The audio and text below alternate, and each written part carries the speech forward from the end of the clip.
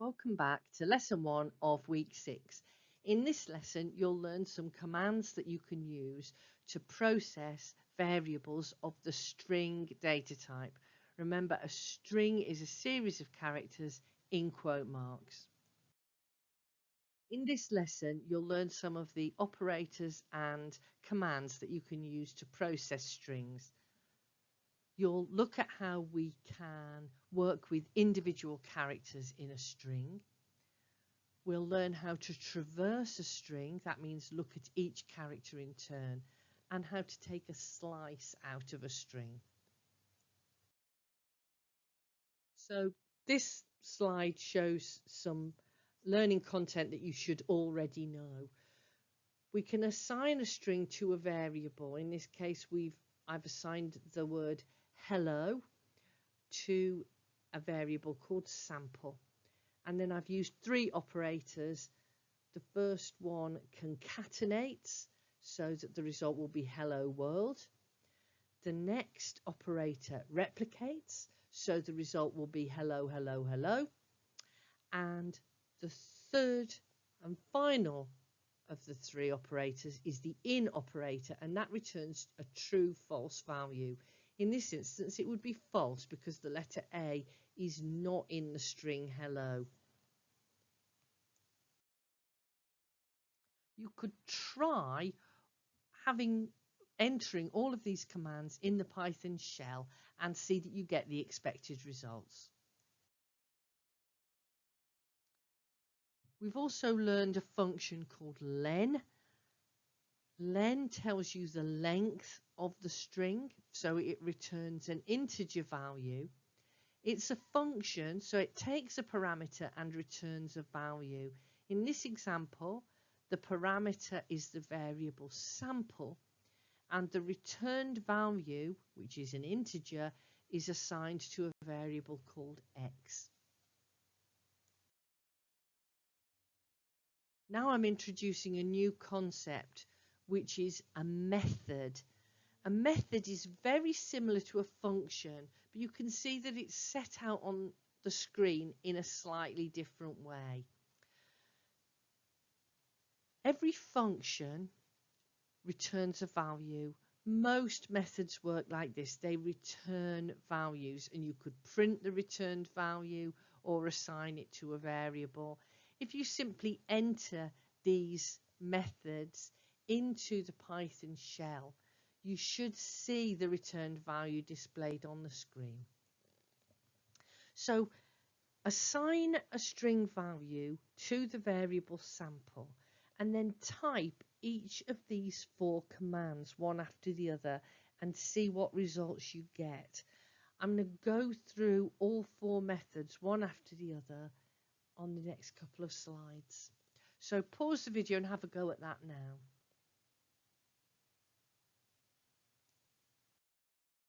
So I hope you had a go at that.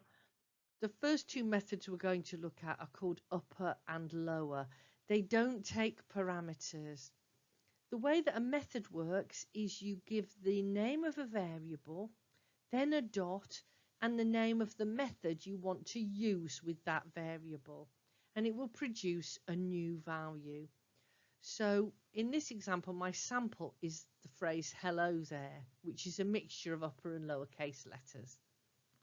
If I use the upper method, I write sample.upper, and then I open and close brackets as usual. And what will happen is it will produce a new value, which is the same set of characters, but all turned into uppercase. And similarly, sample.lower will produce a string that is all lowercase. But notice that the original sample has not been altered, because if I type sample once more, it's still how it originally was. My methods haven't changed my original value. I've produced new values.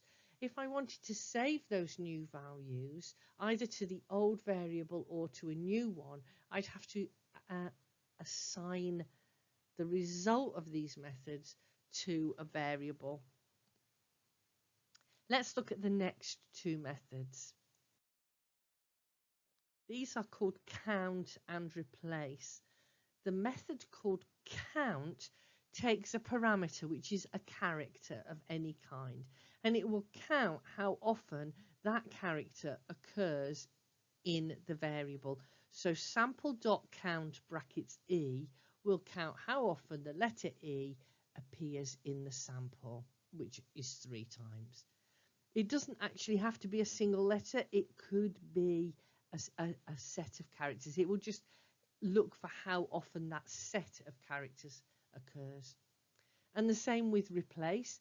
So sample.replace EX will go through the sample and replace all the E's with capital X's. And that's the quite funny looking result. It's not assigning that to a variable. I'd have to extend the command to make it do that. It's just making the value and showing it on the screen. And indeed, if we look at the final command on this screen, if we type sample again, then the phrase hello there comes up looking just like it did at the start. So none of these methods have changed the sample. They've produced new values. Another thing we can do with any string or string variable is to identify individual characters in the string. And we identify them by number. The numbering starts at 0, just like it does with Python loops. And in fact, all counting in Python starts at 0. And we put that number in square brackets after the name of the variable. So if sample is the word Python, then sample 0 is P, and the sample 0 equals P. That would be true. Sample 4 equals O, because 4 represents the 5th letter in the string. I know that's a bit counterintuitive, but that's just how Python works. We can also start our numbering at the end with -1. So N would be -1, O would be -2, H would be -3, and so on. We can count backwards. And if we give a number that's out of range, so if we give sample square brackets 100 or something, you'd get an error message.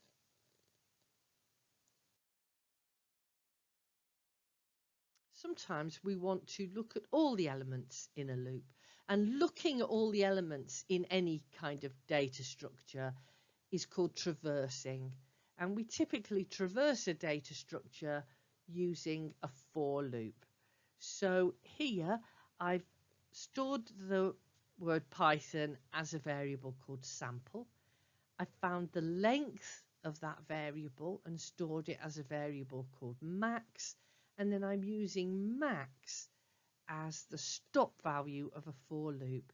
And then every time round the loop, I am printing each individual letter, identified by putting the counter inside square brackets, so it will count up 0, 1, 2, 3, 4, and so on. This is a very typical way to visit every element in a data structure. And last but not least, another interesting thing that we can do with strings is to take a slice. We still use square brackets, but we put 2 numbers separated by a colon, and they mark the start and end of the slice. You can try entering these commands into the shell, and you'll see what those slices look like. So try it now, pause the video, try it now, and on the next slide we'll look at the results of those commands. So let's have a quick look at how slicing works, how the numbering works. The first thing to remember is that numbering starts at 0. So if we say sample 1 to 4, 1 colon 4, character 1 is the Y of Python, and character 4 is the O of Python. So you'll see it starts at character 1 and it finishes just before character 4. It's very much the way a for loop works. It stops 1 before the stop value. If we leave out either of the numbers, then Python just begins at the beginning or ends at the end. So the second one, sample colon 4, because I haven't given a start number, it will just start at the beginning, PYTH. Or in the next one, 2 colon, and I haven't given an end value, so it starts at letter 2, that's the T, and does the rest of the word, the rest of the string, so thon. And my fourth and final command, just to remind you that none of this changes the original value. It's still Python.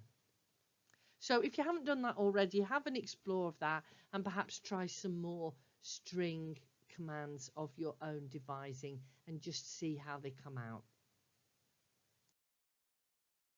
So I've explained already that in the exam they give the samples in a special code called Pseudocode, which has slightly different syntax from Python. You shouldn't have to learn it, but let me just show you what it'll look like.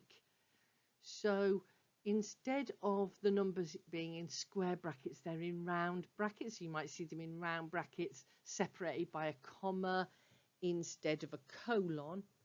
And the second number says the length of the substring. It's just a different way of defining a substring. You shouldn't have to learn it. If you've got to work with substrings in the exam, you can just use the Python that you're familiar with. And really, they should make it clear enough that you can understand it. But that is how pseudocode works. Don't overstress about pseudocode. So to recap, today we've looked at the operators, functions and methods that we can use to work with strings. We've seen how we can identify characters by index number. Numbering starts at 0 and it's in square brackets. Using this index number idea, we can traverse a string using a loop, and we can identify a slice of a string with 2 numbers inside the square brackets. So let's try some exercises using your new skills. This is a simple exercise. You can find a substring in a larger string. So store a string as a variable, then get the user to input a single character. If the character is in the string, then print the substring that starts at this character and goes on to the end of the word or string. So for instance, if the original string was Python and the character that was input was O, then the output would be ON. So that should use all the skills that we've learned so far at a basic level. Have a go at that now. And if you stick around, there's a second, slightly more challenging exercise coming up on the next slide. So exercise 2 is the hangman game. I expect you know how that works. We often play it, I know when you're at school, your teacher does this if you reined in on an afternoon or something. So we show a phrase or word as a lot of dashes, and the user has to guess the letters. If they are right, you fill in the letters wherever they occur in the string, and if they're wrong, you start to build up the hangman design. Now, I wouldn't do that. That'll be quite hard using Python. So I would just give the user a certain number of lives. 12 seems a good number, and then they can lose a life every time they guess a letter which is not in the string. So that, again, to make that happen, you'll have to use your string processing skills that you've learned this lesson. There's another set of exercises, and they're on a sheet on the VLE. So if you're my student, I'll point you towards that sheet. So a few different exercises using strings to practice and consolidate your skills. Okay, in the next lesson, we'll look at working with files so that you can save your work to disk. Bye for now.